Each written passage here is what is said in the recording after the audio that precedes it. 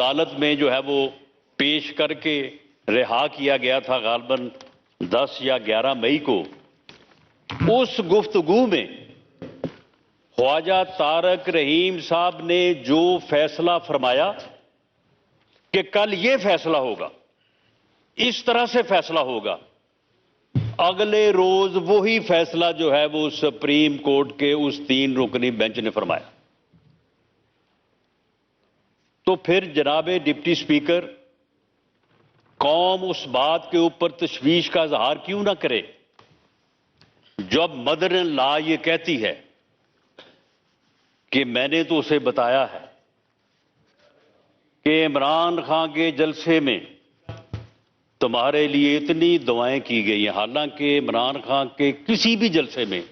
کبھی آج تک دعا نہیں کی گئی، وہاں پہ صرف ڈانس کیا گیا ہے، وہاں پہ کبھی کسی کے لیے دعا نہیں کی گئی۔ اور وہ فرما رہی ہیں کہ میں نے اسے بتایا ہے کہ تمہارے لیے جو ہے وہ بڑی دعائیں کی جا رہی ہیں، اور ساتھ یہ بھی فرما رہی ہیں کہ وہ کمبخت جو ہیں وہ ماشاء اللہ بھی نہیں لگا رہے۔ یعنی اگر ماشاء اللہ نہ لگائیں تو کمبخت ہے، اور یہ ان کو بابخت اس صورت میں جانیں کہ اگر جو ہے وہ ماشاء اللہ لگائیں۔ جناب ڈپٹی اسپیکر، اس صورتحال میں آپ مجھے بتائیں، یا میں آپ کے سامنے یہ سبمٹ کرنا چاہوں گا کہ اس سے پہلے 14 مئی کو پنجاب میں الیکشن کروانے کا جو ہے وہ ایک فیصلہ ہوا۔ سپریم کورٹ کے فیصلوں کے اوپر عمل ہونا چاہیے۔ سپریم کورٹ عدالت عظمیٰ کے فیصلوں پہ عمل ہونے سے ہی انصاف کا بول بالا اور معاشرہ جو ہے وہ مضبوط ہو سکتا ہے۔ لیکن جب ان فیصلوں کے پیچھے اس قسم کے عوامل ہوں گے، جب مرضی کے بینچ بنا کے مرضی کے فیصلے کیے اور کروائے جائیں گے، تو پھر ان فیصلوں میں جو ہے وہ قوت نہیں ہوتی، ان فیصلوں کی جو ہے وہ اخلاقی قوت نہیں ہوتی۔ جناب اسپیکر، عدلیہ کے فیصلوں کی طاقت جو ہے وہ شفافیت میں ہے، عدلیہ کے فیصلوں کی طاقت جو ہے وہ غیر جانبداری میں ہے، عدلیہ کے فیصلوں کی طاقت اس میں ہے کہ پوری قوم یہ سمجھے کہ یہ فیصلے جو ہیں یہ انصاف کی بنیاد پہ ہو رہے ہیں۔ اگر انصاف کی بنیاد پہ وہ فیصلے جو ہے وہ نہ ہو رہے ہوں تو پھر جو ہے وہ ان فیصلوں کی نہ تو کوئی طاقت ہوتی ہے اور نہ ہی جو ہے وہ ان کے اوپر عمل ہوتا ہے۔ مجھے افسوس سے یہ کہنا پڑ رہا ہے کہ 14 مئی کو پنجاب میں الیکشن کروانے کے فیصلے کے اوپر عمل نہیں ہو سکا، اور وہ فیصلہ جو ہے وہ اب تاریخ کا حصہ ہے۔ لیکن اس فیصلے کے ساتھ ساتھ اور بھی بہت ساری چیزیں جو ہیں وہ تاریخ کا حصہ ہے۔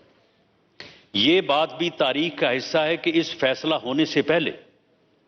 پورے ملک کے ہر ادارے نے، ہر بار نے، پاکستان بار کونسل نے، سپریم کورٹ، ہائی کورٹس اور صوبائی بار کونسلز نے، تمام بار ایسوسی ایشنز نے ہاتھ جوڑ کے چیف جسٹس آف پاکستان کے سامنے استدعا کی کہ جناب فل بینچ بنا دیں۔ فل بینچ کا جب فیصلہ آئے گا، جب اجتماعی دانش جو ہے وہ کار فرما ہوگی، تو اس سے جو ہے وہ معاملات جو ہے وہ ریزالو ہوں گے۔ اس پارلیمنٹ نے تھرو ریزولوشن جو ہے وہ سبمٹ کیا کہ جناب فل بینچ بنا دیا جائے، اور فل بینچ میں جو فیصلہ کیا جائے گا اس فیصلے کو پوری قوم تسلیم کرے گی،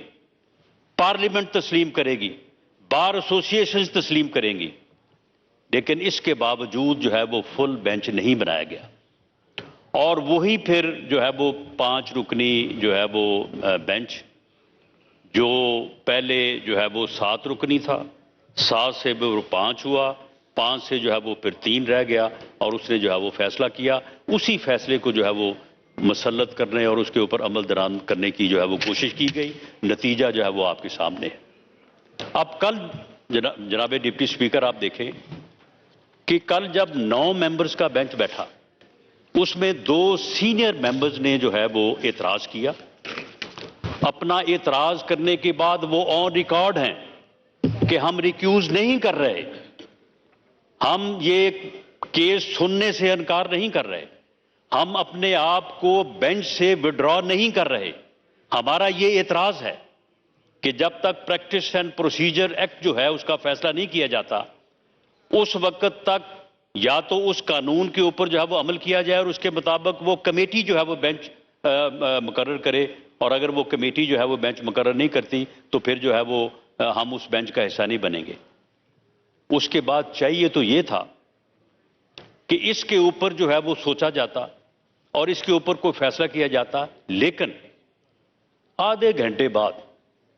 ٹھیک 31 منٹ بعد جو ہے ان 2 کو مائنس کر کے 7 رکنی بینچ بنا کے سماعت شروع کر دی گئی. سپریم کورٹ کے رولز کے مطابق جب ایک دفعہ چیف جسٹس صاحب بینچ مقرر کر دیں اس بینچ کو وہ دوبارہ جو ہے وہ کسی جج کو اس بینچ سے جو ہے وہ مائنس نہیں کر سکتے تا وقتے کہ وہ جج جو ہے وہ خود ریکیوز نہ کرے. لیکن کل یہ فوری طور پہ جو ہے وہ یہ بھی جو ہے وہ کیا گیا, اور اس بات میں کیا جلدی ہے, کیا تیزی ہے, کس بات کی جو ہے وہ یہ جو ہے وہ پوری قوم کو جو ہے وہ یہ بات